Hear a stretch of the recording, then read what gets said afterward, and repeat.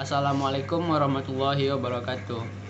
Baiklah, kami dari kelompok 11 akan mempresentasikan hasil makalah kami, yaitu mengenai pembelajaran kontekstual.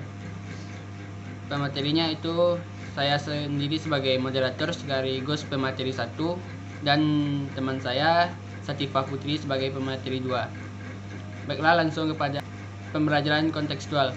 Pembelajaran kontekstual ini merupakan suatu proses pendidikan yang holistik yang bertujuan memotivasi siswa untuk memahami makna materi pelajaran yang dipelajarinya dengan mengkaitkan proses materi tersebut dengan konteks kehidupan sehari-hari. Sehingga siswa memiliki pengetahuan atau keterampilan yang secara fleksibel dapat diterapkan dari suatu permasalahan atau konteks ke permasalahan lainnya. Baiklah, selanjutnya tentang prinsip pembelajaran kontekstual. Menurut Suprijono tahun 2011, yaitu pada alinea 80 sampai 81, itu berbunyi kan. Yang pertama, prinsip pembelajaran kontekstual ini yaitu saling ketergantungan satu sama lain. Yang kedua, adanya diferensiasi.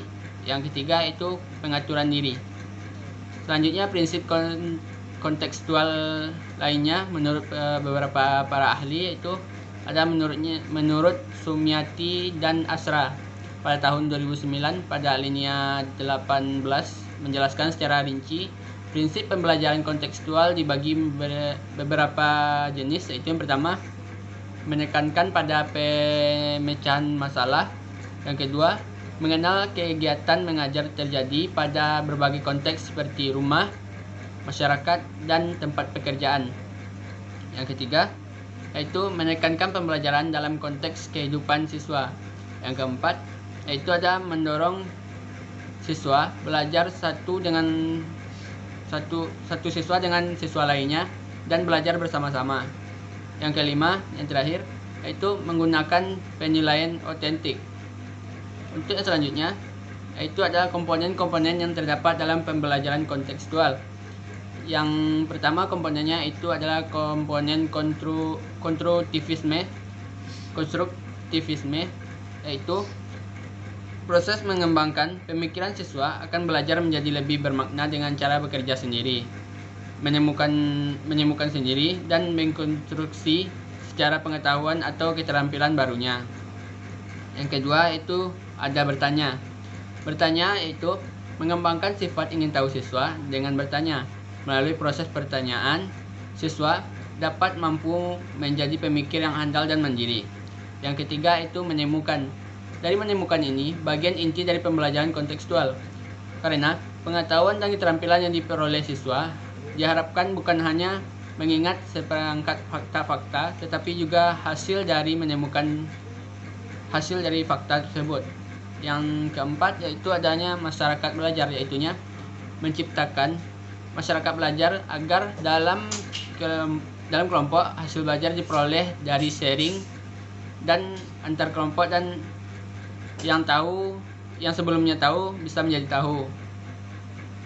Baiklah, untuk selanjutnya akan dijelaskan oleh saudari Satifah. Kepada saudari, persilahkan. Yang kelima yaitu permodelan. Menghadirkan model sebagai contoh pembelajaran. Dengan adanya model, siswa akan lebih mudah meniru apa yang dimodelkan. Pemodel tidak hanya orang lain. Guru atau siswa yang lebih mahir dapat bertindak sebagai model. Yang keenam yaitu refleksi. Dilakukan pada akhir pembelajaran. Refleksi merupakan upaya untuk melihat kembali, mengorganisir kembali, menganalisis kembali, mengklarifikasi kembali, dan mengevaluasi kembali hal-hal yang telah dipelajari. Yang ketujuh yaitu penilaian. Penilaian sebenarnya yaitu upaya pengumpulan berbagai data yang bisa memberikan gambaran perkembangan belajar siswa. Data dikumpulkan dari kegiatan nyata yang dikerjakan siswa pada saat melakukan pembelajaran. Selanjutnya yaitu kelebihan dan kelemahan kontekstual dari pembelajaran. Yang pertama kelebihannya yaitu 1. peserta didik mampu menghubungkan teori dengan kondisi di lapangan yang sebenarnya.